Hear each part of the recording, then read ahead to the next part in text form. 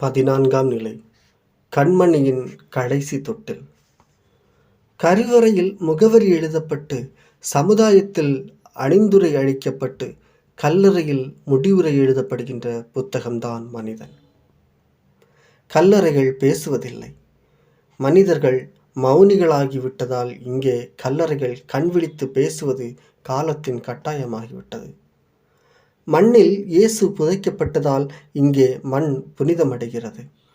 புனிதமடைந்த மண் இதோ உங்களோடு பேசுகிறது. நண்பர்களே, வாருங்கள். உங்களது அநீதமான செயல்களால் இயேசுவை புதைக்கலாம்.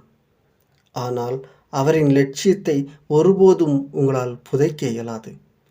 இங்கே இயேசுவை மட்டுமா புதைக்கப் போகின்றீர்கள்? வேண்டாம், வேண்டவே வேண்டாம். இயேசுவோடு சேர்த்து உங்கள் ஆணவத்தையும் அகங்காரத்தையும் புதையுங்கள். பெண்மையையும் மனிதத்தையும் இழிவுபடுத்தும் சாதி சமய ஒடுக்குமுறையை இங்கே அடக்கம் செய்யுங்கள். நீங்கள் கல்லறைக்கு வரும்போது பிறருடைய இதயங்கள் காயங்களை விட்டு வராதீர்கள். மாறாக அந்த காயங்களுக்கு நீங்களே மருந்தாக இருந்து விட்டு வாருங்கள். அப்போது நான் உங்களை இக்கல்லறையில் சுமக்கும்போது உங்களை 10 மாதம் வயிற்றில் சுமந்து உங்கள் தாயை விட பெருமை அடைவேன். சிந்தனை. தேய்ந்து போவோமா என்று சக்கரங்களில் சுழற்சி நிற்பதில்லை.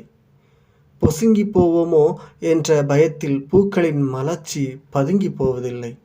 அதே போன்றுதான் லட்சியவாதி புதைக்கப்படுவதில்லை, அவன் விதைக்கப்படுகிறான்.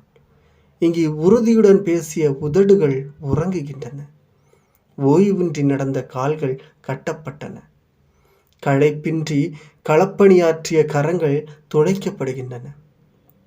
நம் விசுவாச வாழ்வுக்கு கருப்பொருள் கிடைத்தது இந்த கல்லறையின் கதவுகள் புரட்டப்பட்டதால் தான். நாமும் பிறர் வாழ நம் சுயநலத்திற்கு கல்லறை கட்டுவோம். பகுத்தறிவு எனும் வழி பிறக்க மூட பழக்க வழக்கங்களுக்கு கல்லறை கட்டுவோம். தேவைகளை பெருக்கி கொள்வதை விட சுருக்கி கொண்டு வாழ நாம் கற்றுக்கொள்வோம். சேர்ப்பதில் அல்ல, கொடுப்பதில் மகிழ்ச்சி காண்போம். ஜெபம். விண்ணிற்கும் மண்ணிற்கும் உறவை வளர்த்த கனிந்த மனமே இறைவா, காட்டு புதர்களால் எங்கள் நெஞ்சங்களில் மண்டி கிடக்கும் மனித மாண்புக்கு எதிரான களைகளை அகற்றி மனித நேய பண்புகள் எம் உள்ளங்களில் பூத்த மனம் பரப்ப வரும் தாரும். ஆமென்.